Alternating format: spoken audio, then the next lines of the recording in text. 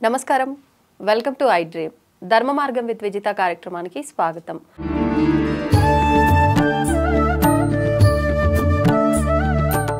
ప్రస్తుతం మనతో పాటు ఉన్నారు ప్రముఖ ఆధ్యాత్మికవేత్త ప్రొఫెసర్ సత్యనారాయణమూర్తి గారు. ఇప్పుడు గురుగారితో మాట్లాడి మరిన్ని విషయాలు తెలుసుకుందాం. నమస్కారం గురుజీ. నమస్కారం మా విజిత. కంచిలో బంగారు వెండి బల్లుల గురించి మనం కొన్ని వేల సంవత్సరాల నుంచి వింటూనే ఉన్నాము. కొన్ని నమ్మకాలు, విశ్వాసాలు మనకు ఆ బల్లుల గురించి వింటున్నాము, ఆచరిస్తున్నాము. అంటే మనకున్న ఏదైనా దోషాలు ఉన్నా కూడా అక్కడికి వెళ్ళి వాటిని తాకితే ఆ దోషాలు తొలగిపోతాయి అని చెప్పి, కొన్నిసార్లు అక్కడ అవి మనం అక్కడికి వచ్చి దర్శించుకున్నట్టు సాక్ష్యం భగవంతుడికి ఇవ్వడానికి ఉన్నాయి అని చెప్పి ఇలా రకరకాల విశ్వాసాలు అయితే ఉన్నాయి గురుజీ. ఈ మధ్య కాలంలో ఏం జరిగింది అంటే అవి అరిగిపోవటం వల్ల వాటికి సంబంధించిన మరమ్మతులు మొదలు పెట్టడం జరిగింది గత కొన్ని నెలల క్రిందట నుంచి. ఆ ప్రాసెస్లో భాగంగా ఇప్పుడు ఆ 2 బంగారు వెండి బల్లులు మాయమైపోయాయని, దొంగలు దొంగిలించారు అని చెప్పి రకరకాల కథనాలు అయితే మనం వింటూ ఉన్నాం. అసలు వాస్తవం ఏంటి? నిజంగా మిస్ అయ్యాయి ఆ బల్లులు? కంచి వరదరాజస్వామి గుడి మనకి శివకంచి, విష్ణు కంచి అని ఉంటుంది.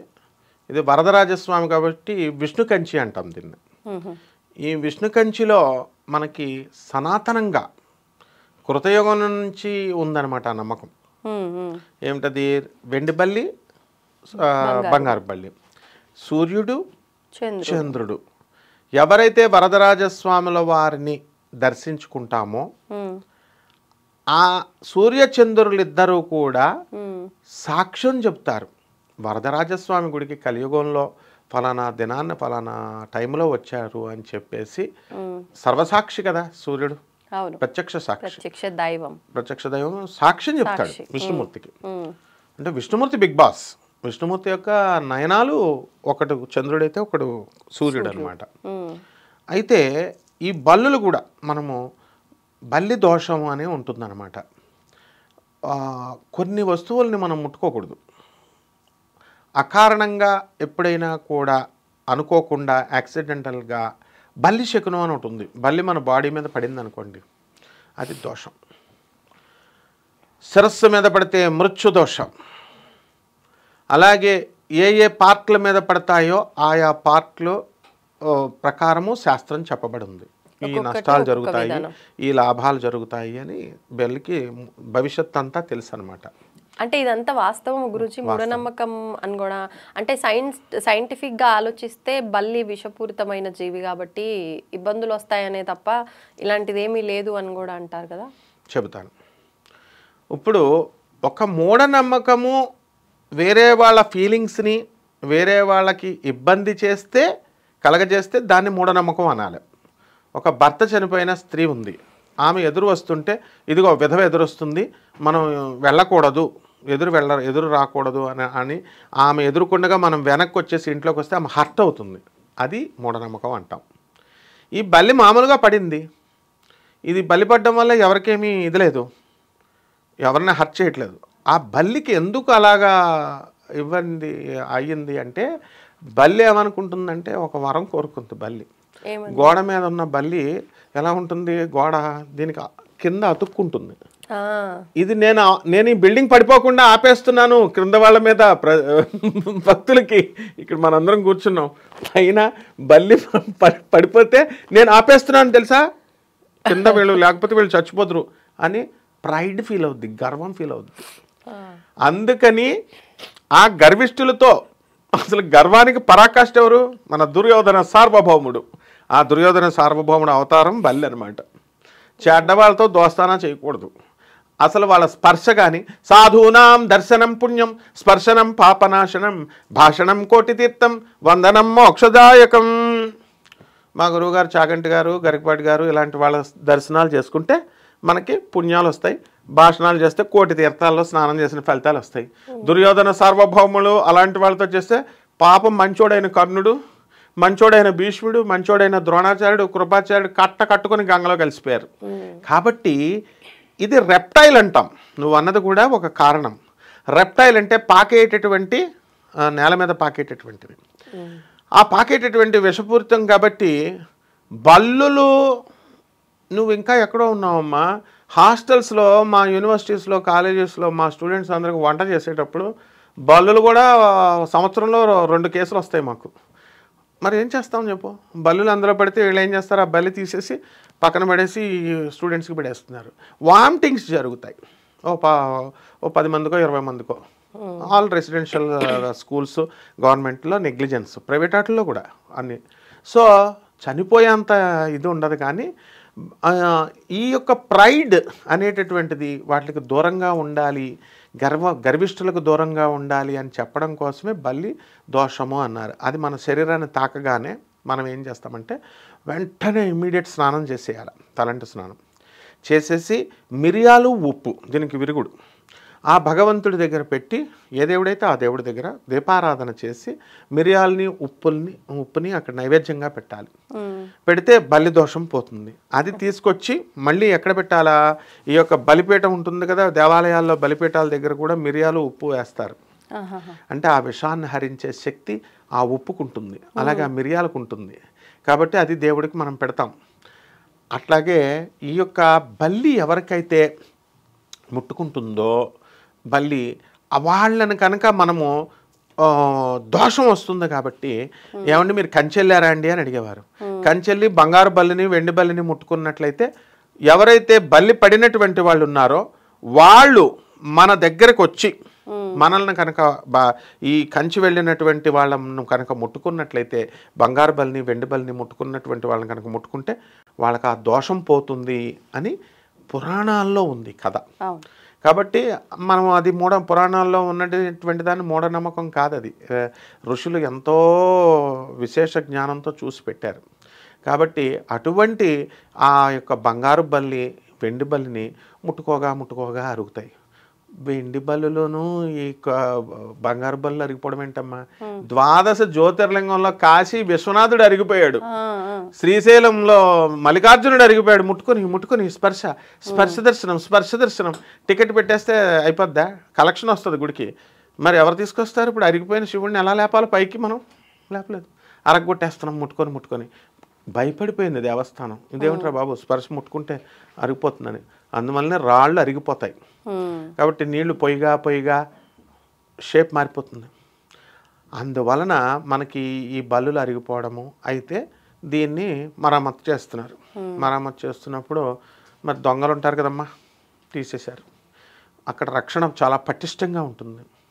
పటిష్టంగా ఉన్నప్పటికీ కూడా తీసేశారు. ఇది అరిష్టం అన్నమాట. ఇది గమనిస్తే నువ్వు పోతులూరు వీరబ్రహ్మేంద్ర స్వాముల వారు ఏం చెప్పారంటే, ఆయన కాలజ్ఞానంలో ఉంది ఇది, దీని దొంగిలిస్తారని. అందువల్ల చాలా 3 చెప్పారు. ఈ యొక్క 2025 సంవత్సరం శని మీనరాశిలోకి వచ్చినప్పుడు ఈ బంగారపు బల్లులు, ఈ యొక్క వెండి బల్లులు కంచిలో మాయమవుతాయి అన్నారు. జరిగింది. ఇంకా విచిత్రం ఏంటంటే రాయలసీమలో అసలు వర్షాలే పడవు, ఆ రాయలసీమలో వరదలు వస్తాయి 2025లో అన్నారు. అది కూడా జరిగినాయి, వరదలే వచ్చేసినాయి. ఆయన ఇల్లు పడిపోతుందన్నారు, వాళ్ళ మనవరాలది పడిపోయింది. కనకదుర్గమ్మ ముక్కు పుడక ఉంది, అది కలియుగాంతానికి అంతం అవుతుందన్నారు. మన బెజవాడ కనకదుర్గమ్మ గుడిలో ఆ మధ్యకాలంలో ముక్కు పుడక కిరీటమే దొంగిలించుకెళ్ళిపోయారు. అలాగే మన అయ్యప్ప స్వామి శబరిమల ఉంది, పెరుమాళ్ స్వామి, ఆ పెరుమాళ్ స్వామి దగ్గర బంగారం వివాదాలు ఇలా జరుగుతూనే ఉంటాయి. కాబట్టి ఇవన్నీ కూడా పోతులూరు వీరబ్రహ్మేంద్ర స్వామి వారికి తమ కాలజ్ఞానంలో రాశారు. అంటే వీటన్నిటి వల్ల విపత్తులు వస్తాయని ఏమైనా 100%. కలియుగంలో ఇప్పుడు అర్త్క్వేక్స్ వస్తాయి, మయనార్ దగ్గర నుంచి, థాయిలాండ్ దగ్గర నుంచి, బ్యాంకాక్ దగ్గర నుంచి వచ్చినాయి, సింగరేణి కాలరీస్ వచ్చినాయి, నేపాల్లో మనం సముద్ర వాల్కనోస్ పేల్ని భూకంపాలు వచ్చినాయి. అలాగే మనకి ఇప్పుడు రానున్న ఈ కాలంలో బస్సులు పడిపోయినాయి. ట్రిప్పర్ వెళ్ళడం ఏమిటి, ట్రిప్పర్ వెళ్ళి బస్సు మీద పడిపోవడం ఏమిటి, సామూహికంగా మనుషులు చచ్చిపోవడం ఏమిటి, గ్రూప్ సోల్ అంటారు దీన్ని, గ్రూప్ సోల్. అలాగే ప్లేన్స్ క్రాష్ అయిపోవడము, బస్సులు దగ్ధమైపోవడము, ఇలాంటి ఇంకా చాలా ఉన్నాయి. 2025 సంవత్సరంలో ఇది ఓపెనింగ్ మాత్రమే, ట్రెజర్ మాత్రమే అది. తర్వాత అందువలన ఆయన ఏం చెప్పారంటే ధర్మంగా ఉండండి అన్నారు. ధర్మంగా ఉన్నప్పుడు అసలు మనుషులకి ఎలా అంటే వీళ్ళకి అర్థం కావట్లా. ఏమంటే 2026లో విపత్తులు ఉన్నాయంటే వాళ్ళు భయపడిపోతున్నారు. భయపడిపోయి అయిపోయి ప్రాణ నష్టం ఉంటుందా అంటే కరోనా రేంజ్లో ఉంటాయి మా ప్రాణ నష్టాలు. వైరస్ వస్తే ఎంతసేపు అమ్మా? సో అలాంటి వైరస్కి ఈయన ఏం చెప్పారంటే ధర్మంగా మీరు నడుచుకుంటే అలాంటివి రావన్నారు. అందువలన మనకి శని మీనరాశిలో ప్రారంభించిన దగ్గర నుంచి సత్యయుగము ప్రారంభమైపోయింది అని చెప్పారు. ఏం బ్రహ్మకుమారిస్ వాళ్ళు అబద్ధాలు చెప్తారా? శివబాబా గారు ఆయన సాక్షాత్తు కొన్ని మౌంట్ ఆబూలో తపస్సు చేసి జీవితాలు త్యాగాలు చేసి వాళ్ళంతా కూడా చెప్పాను విషయం. అలా చాలా ఆశ్రమాలు మీరు ఆర్ట్ ఆఫ్ లివింగ్ రవిశంకర్జీ ఆయన కూడా తీసుకోండి, ఆయన కూడా సత్యయోగం నడుస్తుంది. ఏ ఆశ్రమాన్ని అయినా తీసుకోండి, వీళ్ళకి ఆ సత్యయోగం నడుస్తుంది. ఎందుకు చెప్తారమ్మా? ఎందుకనంటే మనుషులు ఇప్పుడు నేను సత్యయోగం నడుస్తుందని నేను చిన్న ఎగ్జాంపుల్ చెప్పగలను. ఇప్పుడు ఎలాగనంటే ఇంతకుముందు పోలీసులు ఏం చేసేవారమ్మా, ఫుట్పాత్ మీద ఉన్నటువంటి వాళ్ళు ఎవరన్నా కనుక ఇళ్ళు పెట్టుకున్న సామాను హాకర్స్ అమ్ముకుంటున్నా వాళ్ళని లేపేసేవారు. ఇప్పుడు వెళ్ళండి మెహదీపట్నం దగ్గర మన ఆర్మీ ప్లేస్లో మెహదీపట్నం బస్ స్టాండ్ ఎదుర్కొండగా వరుస పెట్టి వేరే ఊరు వాళ్ళు రాజస్థానీస్ వచ్చి ఇళ్ళు వేసుకొని వాళ్ళు విగ్రహాలు తయారు చేసుకొని పెట్టుకుంటుంటే వాళ్ళని ఏమంటలా. అలాగే వాళ్ళని అడిగితే ఏమంటున్నారు తెలుసా? పోలీస్ దేవుళ్ళు అయిపోయారు సార్ అంటున్నారు. అలాగే ఉత్తరప్రదేశ్, రాజస్థాన్ ఇటువంటి ప్రాంతాల్లో పోలీసులు వాళ్ళు వెళ్ళి పేదవాళ్ళని వాళ్ళకి వెళ్ళి సహాయం చేసి రోడ్లు దాటించడము, వాళ్ళకి ఆర్థిక సహాయాలు చేయడము, ఇవన్నీ కూడా ఎందుకు? పరమ కాఠిన్యానికి రూపమైనటువంటి పోలీస్ వ్యవస్థ అని భావించేటటువంటి వారు ప్రజలు, వాళ్ళల్లో కరుణ వచ్చేసింది. అలాగప్పుడు ధర్మం ఒక్క పాదం మీద ఉంది నడుస్తుంది అని చెప్తున్నాం కదా. కలియుగంలో ఇప్పుడు మనిషిగా మారిపోతున్నాడు. చూడండి, నేను ఛాలెంజ్ చేస్తున్నాను, మనుషులందరిలో కారుణ్యం ఉంది, వచ్చేస్తోంది, పెరుగుతోంది, పాజిటివ్ యాటిట్యూడ్ పెరుగుతోంది. అందువలన మనుషులు ఇంకా అభివృద్ధి చెందుతున్నారు. ఈ రోజున నేను ఇంకా ఫైనల్గా ఒకటి చెప్తాను కావలిస్తే. ట్రంప్ అక్కడ అమెరికాలో ఉన్నప్పుడు భారతీయులకి లాస్ జరుగుతుంది అన్నారు, కానీ ఏదో అడ్డు చేస్తున్నాడు, రానివ్వట్లేదు, ఏదో సంథింగ్. కానీ ఎక్స్టీ కంపెనీ కూడా దాని సీఈఓ కూడా ఇప్పుడు ట్రంప్ ఉన్న కాలంలోనే ఒక లేడీ సీఈఓ అయ్యారు. అలా చాలామంది. అంటే ఎంత దుర్యోధనుడు సార్వభౌములు లాంటి వాళ్ళు వచ్చినా కూడా ఉన్నా కూడా ధర్మము దాని పెరుగుతోంది. మనుషుల ప్రవృత్తిలో ధర్మాత్మలు అవుతున్నారు. అంటే సత్యయుగము ఎంటర్ అవుతుంది అని పోతులూరు వీరబ్రహ్మేంద్ర స్వాములు వారు చెప్పారు. జరుగుతోందనమాట. చూడు కావాల్స్తే 2020లో ఈ ప్రకృతి వైపరీత్యాలు ఇలాంటివి జరుగుతాయి తప్ప మనిషి ప్రభావంలో మనిషి యొక్క మానసికంగా చాలా ధర్మాత్మలుగా మారిపోతూ ఉంటారు. ఇది డెఫినెట్ అమ్మ. అందువలన ఈ కంచిలో జరిగినటువంటి ఈ సంఘటన దురదృష్టకరమైన సంఘటన. వాళ్ళు బంగారం దొరుకుతుంది, వాళ్ళు తీసుకొచ్చి పెడతారు, వాళ్ళు అదైతే రిప్లేస్ చేయడం పోలీసుల డ్యూటీ, అందువలన వాళ్ళు చేసేస్తారు. కానీ ఏదైనప్పటికీ కూడా ఇవన్నీ కూడా అనర్థాలను సూచిస్తుంది అనమాట. గురుగారు, మనకు శివపురాణం ప్రకారంగా తీసుకుంటే 11 మంది రుద్రులు అని, మహాభారతం ప్రకారంగా దాని ఆధారంగా చేసుకొని తీసుకున్నా కూడా 11 మంది రుద్రులు అని చెప్పి, అష్టవసువులు అని చెప్పి, అండ్ సూర్య భగవానుడు కూడా మన శాస్త్రాలు వేదాల ప్రకారంగా చూసుకున్నట్లయితే 12 మంది సూర్య భగవానులు అని చెప్పి, మనం ఆరాధించేది మాత్రం ప్రత్యక్ష దైవము అని చెప్పి సూర్యుని ఒక్కరుగానే భావిస్తాం, కానీ 12 మంది ఉన్నారు అని చెప్పి వీళ్ళంతా అంటే శివుడి ఒక స్వరూపాలుగా భావిస్తుంటారు అని చెప్పి, మళ్ళీ అంటే ఈ ఎవరైతే 12 మంది సూర్యుళ్ళు ఉన్నారో అందులో ఒక సూర్యుడిని లింగ రూపంలో ఆరాధిస్తారు అని చెప్పి, మామూలుగా మనం చూస్తున్నంత వరకు విన్నంత వరకు ప్రతి ఒక్కరిని విగ్రహ రూపంలో అంటే ప్రతిమలుగా ఆరాధిస్తాం, శివుణ్ణి మాత్రమే లింగ రూపంలో ఆరాధిస్తాం. అదేవిధంగా ఈ సూర్యుడిని కూడా మనం లింగ రూపంలో ఆరాధిస్తాము అని చెప్పి నేను వినడం జరిగింది. ఇది అంటే ఎక్కడి నుంచి ఆధారంగా తీసుకుంటే ఈ విషయం బయటకు వచ్చింది? ఇది నిజంగా నిజమైనా వివరించండి. 100% నిజమమ్మా. అది very intellectual question and very specific question. Only విజిత్కి మాత్రమే ఇలాంటి క్వశ్చన్స్ అడగడానికి సాధ్యపడుద్ది. దీనికి అలాగే మన గురుదేవులైనటువంటి సామవేదం షణ్ముఖ శర్మ గారు కూడా క్లారిఫికేషన్ ఇచ్చారు, ఇంకా మిగతా గురువులు కూడా ఇచ్చారు. అయితే మనకి ఆదిత్యుడు అంటే సూర్యుడు అంటే ఒకడే అనుకుంటాం మనం, ఎవరైనా అదే కదా, సూర్యుడు కనబడేవాడు ఒకడని. కానీ మనకి ఈ సోలార్ కుటుంబాన్ని కనుక సౌర కుటుంబాలను మనం అబ్జర్వ్ చేస్తే 3200 కోట్ల సూర్య కుటుంబాలు ఉన్నాయి ఏకంగా. 3 × 10⁻11 యాజ్ ఆన్ దిస్ డేట్. అందులో ప్రధానంగా మన పురాణాలు ఏం చెప్తున్నాయంటే 12 మంది ఆదిత్యుల్ని చెప్పబడి ఉన్నాయి. ఈ 12 మంది ఆదిత్యులు ఎవరంటే ఇంద్ర, ఈయన్నే చక్ర అని అంటాం. తర్వాత ఆర్యమాన, త్వష్ట్ర, వరుణ, భాగ, సావిత్ర, వివస్వత్, అంశ, మిత్ర, పుషన్, దక్షుడు, వీళ్ళందరూ కూడా 12 మంది ఆదిత్యులే. అంటే వీళ్ళందరూ ఒక్కొక్క టైంలో సూర్యభగవానుడిలాగా, సోలార్ సన్ ఏమవుతాడు, బాయిలింగ్ ప్లానెట్ కదా ఇది, అది మండేటటువంటిది గోళం, అది అవును, అగ్నిగోళం, అగ్నిగోళం, బర్నింగ్ బాల్, అది ఫైర్ బాల్, అది అయిపోతుంది. దాంట్లో ఉన్న ఫ్యూయల్ ఎప్పుడు, దాంట్లో పెట్రోలో లేకపోతే గ్యాస్లో ఉంటే వెలుగుద్ది, అది అంతా అయిపోయిన తర్వాత ఏమవుద్ది, ఇంకా వెలగదు. సో అందులో ఉన్న గ్యాసెస్ అన్నీ అయిపోతాయి. సో అప్పుడు ఆటోమేటిక్గా సూర్యుడు ఖతమైపోతాడు. సూర్యుడు ఖతమైపోగానే సృష్టి ఆగిపోతుంది. ఇలా 12 సార్లు మనం సూర్యుడిని సృష్టించాడు బ్రహ్మదేవుడు. అందులో విభస్వక్ అనేటటువంటి ఆయన మనకి లింగ రూపంలో ఉంటాడు. అగస్త్య, ఆయన శ్రీకృష్ణ పరమాత్మ ఏం చేశాడంటే విభస్వక్కి ఆయన ఈ యొక్క క్రియాయోగాన్ని బోధించాడు. ఆ విభస్వక్ వెళ్ళి ఎవరికి బోధించాడంటే మనం మొట్టమొదట మనువుకు బోధించాడు. ఆ మనువు వచ్చి మళ్ళీ ఆయన కుమారుడైనటువంటి ఇక్ష్వాకుడికి బోధించాడు. అలా సాంప్రదాయంగా వస్తూ అగస్త్య ఋషికి వచ్చి ఆయన వెళ్ళి మహావతార్ బాబాజీకి బోధించాడు. ఇంకా మీకు కదా మనకు తెలిసిందే. ఆ స్టోరీ వరకు వస్తే మహావతార్ బాబాజీ నుంచి పరమహంస యోగానందుల వరకు వచ్చేసింది. ఓకే, ఈ విభస్వక్ అతను అనమాట. అలాగే ఈ విభస్వక్ అనేటటువంటి ఆదిత్యుడు మనకి లింగ రూపంలో కూడా దర్శనం అవుతాడు. అంటే ఇప్పుడు మనం సూర్యుడు అనగానే మనం ఏం చేస్తాం, కోణార్క భువనేశ్వర్ దగ్గర ఉంది. అలాగే ఇంకోటి అరసవెల్లి శ్రీకాకుళం జిల్లాలో ఉంది.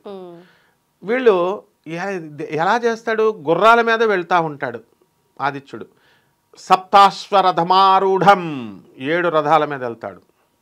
స్పిరిచువల్ సప్త ఋషులు, ఈ 7 కూడా స్పిరిచువల్ నెంబర్ 7, సప్త సముద్రాలు, సప్త ఋషులు అన్నీ 7 ఉంటాయన్నమాట. 7వ తారీఖు పుట్టిన వాళ్ళు, అందుకే కొంచెం భక్తి ఎక్కువ ఉంటుంది. తర్వాత ఈ యొక్క ఆ యొక్క కోణార్కలో ఏం జరిగిందంటే సూర్యుడి యొక్క గుడి కడుతూ అది ఆ రాజు ఏం చెప్తాడు, ఎవరిని కూడా సాక్షాత్తు మన విశ్వబ్రహ్మ వచ్చి గుడి కడుతున్నాను నేను, లోనకి ఎవరో వచ్చి చూడొద్దు అని చెప్తాడు. గుడి కడుతున్నాడు. ఈ రాణి గారికి ఏమైందంటే భువనేశ్వర రాణి గారికి అది ఎంతవరకు అయిందో చూద్దాం అని చెప్పి రాజుగారిని రెచ్చగొడుతుంది. ఇద్దరు కలిసి వెళ్ళి తలుపు ఓపెన్ చేస్తారు. దేవతలంతా అంతర్ధానం అయిపోయారు. ఈ కట్టే మయబ్రహ్మ మాయమైపోయాడు. అక్కడతో సూర్యుడి గుడి ఆగిపోయింది. అక్కడ విచిత్రం ఏమిటి తెలుసా, మయబ్రహ్మ నిర్మితమైనటువంటి కోణార్క దేవాలయంలో సూర్యుడి యొక్క విగ్రహం గాల్లో ఉంటుంది, కింద ఏమీ బేస్ ఉండదు, ఇలా వేలాడుతుంది. That is the power of Konark temple. అంటే మ్యాగ్నెట్స్తో బంధించారు, అంటే ఆకర్షణ శక్తి అలా పెట్టారు. అలాగే నువ్వు నల్గొండ జిల్లాలో పానగల్లు అని ఉంది, ఛాయా సోమేశ్వర స్వామి గుడి. అక్కడ స్తంభాలు ఉండకుండా నీడ వస్తుంది. అంటే ఎంత ఆర్కిటెక్చర్, ఫిజిక్స్ ప్రిన్సిపల్స్తో తయారు చేశారు ఆ రోజుల్లోనే మన ఋషులు. అదేవిధంగా మనకి అరసవెల్లిలో కట్టినటువంటి సూర్యనారాయణమూర్తి ఎలాగంటే ఈ యొక్క చైత్రమాసంలో మనకి ఇది వస్తుంది కదా, ఇది మనకి రథసప్తమి వస్తుంది కదా. ఆ రథసప్తమి వచ్చినప్పుడు ఆ యొక్క నీడ ఫస్ట్ సన్ ఆ విగ్రహం కాళ్ళ మీద పడుతుంది. ఫస్ట్ ఆ రోజు మాత్రమే పడుతుంది కాళ్ళ దగ్గర, మిగతా రోజుల్లో పడుతుంది. అంత అద్భుతమైన నిర్మాణం అది విభస్వక్ అనేటటువంటి ఆదిత్యుడిది. అలాగే ఈయన లింగ రూపంలో అనేక చోట్ల ఆరాధన పొందుతాడనమాట. రథాన్ని లాగుతూ, అంటే ఓవరాల్గా ఇక్కడ చెప్పేది ఏంటంటే వీళ్ళంతా శివస్వరూపము అని. శివుడు అనేక రూపాలలో ఉన్నాడు. దూర్వాస మహర్షిగా పుట్టాడు, శ్రీకృష్ణుడు కొడుకైనటువంటి సాంబుడిగా పుట్టాడు. ఆ తర్వాత పరశురాముడు కూడా విష్ణువంశ కింద తర్వాత మారతాడు. అలాగే పిప్పలాచార్యుడిగా శివుడు పుట్టాడు. అనేక రకాలు. శుక్రాచార్యుడు కూడా శివుడి యొక్క అంశ.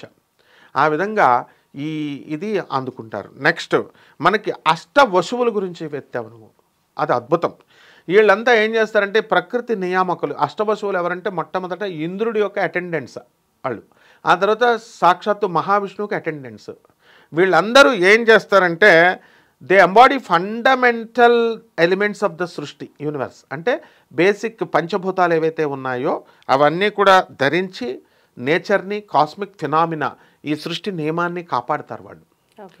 వాళ్ళు ఎవరు అంటే ఆప్ అంటే జలము, తర్వాత ధ్రువ నక్షత్రం అంటాం కదా, పోల్ స్టార్. సోముడు చంద్రుడు అష్టవశువే. ధార భూమి, అనల ఫైర్, ఆ తర్వాత ప్రత్యూష సన్, ఆ తర్వాత ప్రభాస్ భీష్ముడిగా పుడతాడు. ఆ తర్వాత స్కై ఆకాశం, వశిష్ఠ శాపం ఉందన్నమాట. వీళ్ళందరికీ కూడా వశిష్ఠుడు శపిస్తాడు ఈ అష్టవసువులు. అందుకనే వీళ్ళంతా గంగాదేవి కడుపున జన్మించండి మీరంతా అని చేస్తే అప్పుడు శాంతనుడు సత్యవతి కడుపున వీళ్ళంతా పుడతారు. పుట్టి చంపకుండా ఉంటే అప్పుడు నారదుడు వచ్చి, శాంతనుడు, ఇదంతా స్టోరీ తెలిసిందే. అలాగే దేవకి వసుదేవులకు కూడా అష్టమ గర్భంలో పుట్టాలి కృష్ణుడు అంటారు. ఆ మొట్టమొదట 7 అందరూ కూడా వీళ్ళు పుట్టినటువంటి వాళ్ళు అష్టవశువులే. వీళ్ళు పుట్టాలా చనిపోవాలా. అందువలన ఈ యొక్క అష్టవశువులంతా కూడా ప్రభాస్ అంటే భీష్ముడు ప్రభాస్ అనేటటువంటి అష్టవశువుగా పుట్టాడనమాట. బ్రహ్మచారిగా ఉంటాడు ఆయన.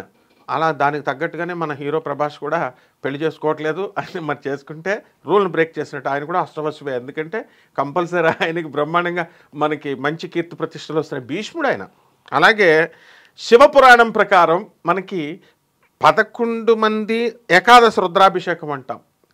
ఆయన కపాళి, పింగళ, భీమ, విరూపాక్ష, విలోహిత, శాస్త్ర, అజపాద, అహిర్బుజ్ఞ, శంభ, ఛాంద్, భావ. ఈ 11 కూడా ఏంటంటే 10 మన యొక్క ఆర్గన్స్. మనకి 10 ఆర్గన్స్ ఉన్నాయి, అవయవాలు. ప్లస్ లోన ఆత్మ కానీ మైండ్ కానీ ఇవి కలిపితే ఏకాదశ రుద్రులు అంటారు. అందుకని చచ్చిపోయేటప్పుడు మనం బాధపడతా ఉంటాం కదా, ఆ యొక్క బాధను పోగొట్టేటటువంటి ఈ యొక్క వీళ్ళు ఏకాదశ రుద్రులు బాధను పోగొడతారనమాట. ఆత్మను మళ్ళీ పునర్జన్మనిస్తారు, మోక్షాన్ని ఇస్తారు. ఇది శివపురాణంలో చెప్పబడినాయి. కొంచెం స్వల్ప పేర్లు చేంజ్ అవుతాయి మహాభారతంలో. దాంట్లో ఏంటంటే అజ ఏకపాద, అహిర్బుజ్ఞ, త్వస్త, రుద్ర, హర, శంభు, త్యలుక, అపరాజిత, ఈశాన, త్రిభువన. వీళ్లతో మొత్తం 11 ఏకాదశ రుద్రులు, అష్టవశువులు, తర్వాత మన యొక్క 12 ఆదిత్యులు మొత్తం చెప్పబడి ఉంది. ఇప్పుడు ప్రస్తుతం మనం ఏం చెప్తున్నాం, వైవస్వతమన్వంతరే కలియుగే ప్రథమపాదే జంబూద్వీపే భరతవర్షే భరతఖండే మేరోహ దక్షిణ దిగ్భాగే శ్రీశైలస్య ఈశాన్య ప్రదేశే కృష్ణా గోదావర్యోహ మధ్యప్రదేశ్ అని చెప్పుకుంటున్నాం కదా. ఇప్పుడు చెప్పేటటువంటి ఆదిత్యుడు, ఈయన పేరేంటి, ఆదిత్యుడు, ఇప్పుడు వచ్చినటువంటి సూర్యభగవానుడు. కాబట్టి ఈ విధంగా వాళ్ళు చేంజ్ అవుతూ ఉంటారు. ఇంద్రుడి పదవులు కూడా మారతాయి. ఇప్పుడు మన బలిచక్రవర్తి ఉన్నాడు కదా, భూమికి తొక్కేశాడు కదా, మన దాన వీర సూర కర్ణ టైప్ అనమాట మనవాడు బలిచక్రవర్తి. మన శ్రీ మహావిష్ణువు వచ్చాడు, వామనావతారంలో వచ్చాడు, తొక్కేశాడు. ఆ స్టోరీ అందరికీ తెలుసు. ఆయనకి ఏం వరం ఇచ్చాడు మన మహావిష్ణువు, నువ్వు నెక్స్ట్ వచ్చేటటువంటి మన్వంతరంలో నువ్వేమైపోతావు, ప్రహ్లాదుడి మనవడవు కాబట్టి ఇంద్రుడి అయిపోతావు అని ఇచ్చాడు. అలాగే మన ఆంజనేయ స్వామి వారికి ఏమి ఇచ్చాడు వరం, శ్రీరామచంద్రుడు నవమ బ్రహ్మ, 9వ బ్రహ్మ అయిపోతా ఉన్నారు. కాబట్టి ఎవరైతే శ్రీ మహావిష్ణువు వరాలు ఇచ్చాడు కాబట్టి ఈ ఏకాదశ రుద్రులే పరిపాలిస్తున్నారు కాబట్టి వైవస్వక్ అనేటటువంటి లింగ రూపంలో కూడా మనము సూర్యభగవాన్ని ఆరాధించవచ్చు. శివాయ, ఇందాక నువ్వు చెప్పినట్టుగా శివాయ విష్ణు రూపాయ శివరూపాయ విష్ణువే అని భేదం లేకుండా ఎవరైతే చేస్తారో వాళ్ళకి మోక్షం తథ్యం. అండ్ రాబోయేటటువంటి మనువులో, రాబోయే సృష్టిలో కొన్ని కన్సెషన్స్ ఉంటాయి మనకి. ఆంజనేయ స్వామి వారి భక్తులకి, శివ భక్తులకి, విష్ణు భక్తులకి, వీళ్ళందరికీ శివుణ్ణి విష్ణువుని తేడా లేకుండా చూసేటటువంటి వాళ్ళకి వీళ్ళకి డెఫినెట్గా పోస్టులు ఉంటాయి. అండ్ ఇంకొకటి ఏంటంటే ఆఖరిగా మనకి బ్రహ్మంగారి మఠం ఉంది. బ్రహ్మంగారు కాదు, మన శ్రీశైలంలో భస్మపీఠం అని ఉంటుంది, భస్మ మఠం. అక్కడ ఒక ఆయన ఉంటాడు. ఆయన వెళితే మామూలుగా పలకరించి ఆయన అందరికీ చెప్తున్నాడు. ఏమని చెప్తున్నాడు, ఈరోజు మీరు 11 ప్రదక్షిణలు చేయండి, చేసినట్లయితే ఏంటి వస్తుంది అని వాళ్ళు అడిగారు. బ్రహ్మదేవుడి పోస్ట్కి నామినేషన్ ఈరోజు ఎలక్షన్లాగా. అవును, అది ఎంత ఆ కాన్ఫిడెన్స్ కరెక్ట్ అనమాట. మీరు చేసుకోండి ప్రదక్షిణాలు. ఏదో ఒక రోజున మాత్రం బ్రహ్మదేవుడి పోస్ట్ రావడం ఖాయం, నామినేషన్. అక్కడ ఉన్నటువంటి ఆ పీఠంలో ఉన్నటువంటి ఒక స్వామీజీ, ఏమిట్రా ఇతను ఎలా చెప్తున్నాడు అని అందరూ అనుకోలే. ఆయన చెప్పినట్టు చేస్తున్నారు. అయితే తప్పేమి లేదు, ఆయన పాపం అదేం చెప్పలేదు, ఆయన తిరగమన్నాడు. నామినేషన్ అంటే ప్రతిదానికి ఒక సిస్టమ్ ఉంది. ఎవరైనా బ్రహ్మ అవ్వచ్చు, ధ్రువుడికి ఇవ్వలేదా? ఇప్పుడు విష్ణుమూర్తి యొక్క తత్వం నువ్వు తెలుసుకుంటే, శివుడేమో హిరణ్యకశిపుడిగా వాడేమో వరాలు అడిగాడు, ఇంట్లో బయట నన్ను చంపకూడదు, ప్రాణం ఉన్న వస్తువులతో చంపకూడదు, రాత్రి కాకూడదు, పగల కాకూడదు, మనిషి కాకూడదు, మృగం కాకూడదు, ఇట్లా అన్నీ అడిగితే అడిగిన వాడినేమో ఆయన కండిషన్స్ పెట్టుకొని వచ్చి నరసింహ అవతారంలో వచ్చి చీల్చి పారేశాడు. అడగని వాడికేమో తీసుకెళ్ళి ధ్రువుడికేమో ద్రౌపదాన్ని ఇచ్చేశాడు. అంటే అలాగే ఎవరైతే నమ్మకంతో మనకి శివకేశవులనిద్దరినీ భేదం లేకుండా చేస్తారో అటువంటి వాళ్ళకి మనము బ్రహ్మదేవుడి పోస్టుకు కూడా ఎన్నుకోబడతాం, అందులో డౌట్ లేదు. మామూలు రాజుగా పుట్టినటువంటి చిన్న బాలుడైన ధ్రువుడు ధ్రువపదాన్ని పొందాడు. రాక్షస వంశంలో విష్ణువుకి వ్యతిరేకి అయినటువంటి ఈ యొక్క ప్రహ్లాదుడు ఏమైపోయాడు? మనకి ప్రహ్లాదుడికి చక్కటి పదవినిచ్చాడు ఆయన, ఎవరు? మన విష్ణుమూర్తి. ఆ విధంగా అందరికీ ఎవరిని తీసుకోండి, బలిచక్రవర్తిని తీసుకొచ్చి వాళ్ళ మనవడికి ఇంద్రపదవి ఇస్తున్నాడు. మనమేం తక్కువ తిన్నాం? మనందరం కూడా మనకి అర్హత ఉంది, అది పోరాడాలి, అది శ్రీ మహావిష్ణువుని శివుడిని అడగాలి. అంతేగాని మన వాళ్ళకు వరం ఇస్తానన్నా కూడా మా మాస్టర్ ఒకటి చెప్పేవాడు, మేము సరిగ్గా క్లాస్లో చదవకపోతుంటే, ఒరేయ్ మీరంతా పిగ్స్ రా అనేవాడు. అదేంటి సార్ అంటే, పిగ్గుకి బ్రహ్మదేవుడు వరం ఇస్తానన్నాడంట. వచ్చి వరం ఇస్తాను రా అంటే, అంత స్వర్గంలో ఏముంటుంది అని అడుగుతుంది పిగ్గు. రంభా ఋషి మెనక ఆల్ ఎవ్రీథింగ్ సినిమాలో చూపించినట్టు ఉంటుందంటే ఓకే రెడీ అందంట. వెళ్ళిపోదాం ఇంకా అనుకునే టైంలో బురద ఉందా అని అడుగుద్ది. అక్కడ స్వర్గంలో బురద ఉండదు అనగానే, నాకొద్దు, నువ్వు ఎన్ని ఫెసిలిటీస్ ఇచ్చినా నాకొద్దు, నాకు ఈ బురద ఇష్టమని భూలోకంలోనే ఉంటాం. ఆ విధంగా మనకి సాక్షాత్తు శివుడు మహావిష్ణువు కూడా, రెండ్రా నాయన మీకు ఉత్తమ గతులు ఇస్తాను, మీకు ఉత్తమ పోస్టులు ఇస్తాను, ఇంద్రుడి పోస్టులు ఇస్తాను, బ్రహ్మదేవుడి పోస్టే ఇచ్చేస్తాను రా, కానీ నా పోస్ట్ అడగండి, విష్ణుమూర్తి పోస్టు శివుడి పోస్ట్ అడగకూడదు, మిగతా పోస్టులు అన్నింటిలో పోటీ చేయొచ్చు. అండ్ ఇంద్రుడి పోస్టు కోసం టెండర్ పెట్టాలనుకుంటే ఇంద్రుడు విశ్వామిత్రుడికి ఏం చేశాడు? మేనకని పంపాడు, వర్షాలు అగ్నులను అందరినీ పంపించేస్తాడు. కాబట్టి ఇంద్రుడికి తెలియకుండా సీక్రెట్గా మనము అష్టదిగ్బంధనం చేసుకోవాలి. మంత్రం మనం చెప్తాం చూడు, వీళ్ళంతా చెప్తారు మంత్రం చేసేటప్పుడు ఓం ఆం హృదయాయ నమః శిరాయ నమః ఏదో మంత్రగాళ్ళలాగా అష్టగం దిగ్బంధనం చేసేసానండి, మంత్రం ఇచ్చేసాను, దిగ్బంధనం చేశాను వీళ్ళు ఋషులు. మరి అలాగే మనం ఒరిజినల్గా పురాణాల్లో ఉన్నది మనం అష్టదిగ్బంధనం మనం చేసుకోవచ్చు. మా నాయన ఆదిశంకర గురుదేవ వచ్చి నాకు అష్టదిగ్బంధనం చేసి పెట్టు, నాయన వివేకానంద అంటే చేసి పెడతారు వాళ్ళు వచ్చి కృష్ణుడిని. మనం చక్కగా ఇంద్ర పదవికి తెలియకూడదు ఇంద్రుడికి అని మనం కనుక మనం సాధన తపస్సు చేస్తే ఇంద్ర పదవి మనకు వస్తుంది, బ్రహ్మదేవుడి పదమే వస్తుంది. కానీ మనం అది చేయట్లేదు కదా. మనందరం ఏం చేస్తున్నాం కలియుగంలో?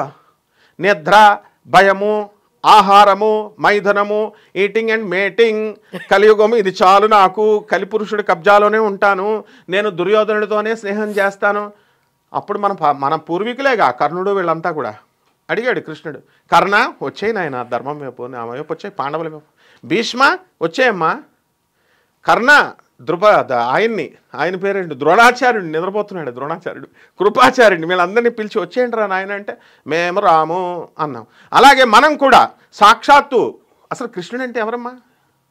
కరుణారసమయుడు. మనం ఎన్ని పాపాలు చేస్తున్నా క్షమించేస్తాడు, ఏది అడిగితే అది ఇచ్చేస్తాడు. మరి అటువంటి మహానుభావుడు పిలుస్తుంటే మనం వెళ్ళట్లేదు. మనం ఏం చేస్తున్నాం కలియుగంలో? అసత్యము, అధర్మము ఇవే పట్టు కూర్చొని మనం కృష్ణుడి పార్టీలోకి రాకుండా దుర్యోధనుడి పార్టీలో, కలిపురుషుడి పార్టీలో ఉన్నాం. అలా మనం పందిలాగా, మా స్టోరీలో ఉన్న పందిలాగా. కాబట్టి అలా కాకుండా ఇప్పటికైనా మనం పద్ధతి మార్చుకొని ఈ ఏకాదశ రుద్రులకి మనం మారచ్చు. మోక్షంలో ఇచ్చాడు, ఏమనిచ్చాడు? నవవిధ మోక్షాలు ఇచ్చాడు. నవవిధ భక్తుల్లాగా సారూప్య భక్తి. సాక్షాత్తు చూడండి కృష్ణుడు దయామయుడు, ఎంత దయో చెప్తాను.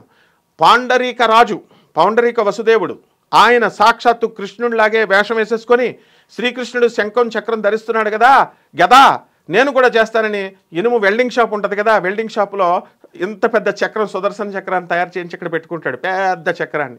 గద 100 కేజీల గద, కృష్ణుడు ధరించేది గదని మామూలు గద అనుకొని వెల్డింగ్ షాప్కి వెళ్ళి గద తయారు చేయించుకొని పెట్టుకున్నాడు. సాక్షాత్తు శ్రీకృష్ణుడిని, ఒరిజినల్ కృష్ణుడిని నువ్వు పేరు మార్చేసుకో, నేను ఒరిజినల్, నువ్వేంటి నా పేరు పెట్టుకున్నావు, విజిత అని ఇంకో పేరు పెట్టుకుంటున్నావు అని. అప్పుడు డూప్లికేట్లో వాళ్ళు చాలామంది తయారైపోతున్నారు. విజిత నిన్ను చూసి అందరూ వీడియోలు కాపీ కూడా ఇస్తున్నారు. ఆ విధంగా మార్చేసుకోమని చెప్తే కృష్ణుడు వచ్చాడు, ఒరిజినల్ కృష్ణుడు వాసుదేవుడు కరుణామయుడు వచ్చి ఈ శంఖం విసురుతాడు. ఈ యొక్క సుదర్శన చక్రం విసిరితే అది పగిలిపోద్ది, గుండె ఆగిపోద్ది వీడికి. అప్పుడు దాకా వీడు ఏమనుకుంటున్నాడు, నేను కృష్ణుడినే అనుకుంటున్నాడు. అప్పుడు తెలిసింది కృష్ణ ఇంకా నాకు మోక్షాన్ని ఇచ్చేయమంటే సుదర్శన చక్రంతో తీసేసి మోక్షం ఇచ్చాడు. కాబట్టి అపార కరుణామయులైనటువంటి మన పరమాత్మ కృష్ణుడను శివుడను మనము ఆయన కరుణా రస సముద్రంలో ఉండాలి, శరణు వేడాలి. అప్పుడు మనం అందరం కూడా విజేతలు అవుతామమ్మా. ధన్యవాదాలు Guruji. ధన్యవాదాలమ్మా. And for more videos, Please subscribe to iDream. Please subscribe to iDream. Please subscribe iDream. And please subscribe to iDream. For more videos, subscribe to iDream. please like, share and subscribe to the channel. Congratulations, iDream. Subscribe to iDream. Subscribe to iDream. So subscribe to iDream Media. iDream ki iDream team andarki huge congratulations. Please subscribe iDream Media. Please subscribe to iDream. Subscribe iDream. Please subscribe to iDream. iDream అంటే నా కళల ఛానల్ను subscribe చేసుకున్న నోరు తిరుగుతలేదు, మీరైతే గంట గుర్తు కొట్టండి. For more such videos, please subscribe to iDream. Subscribe to iDream. Please subscribe to iDream. Please subscribe iDream Media. Please do subscribe to iDream. Please subscribe to iDream Media. For best entertainment and information, please subscribe iDream. And don't forget to subscribe to iDream.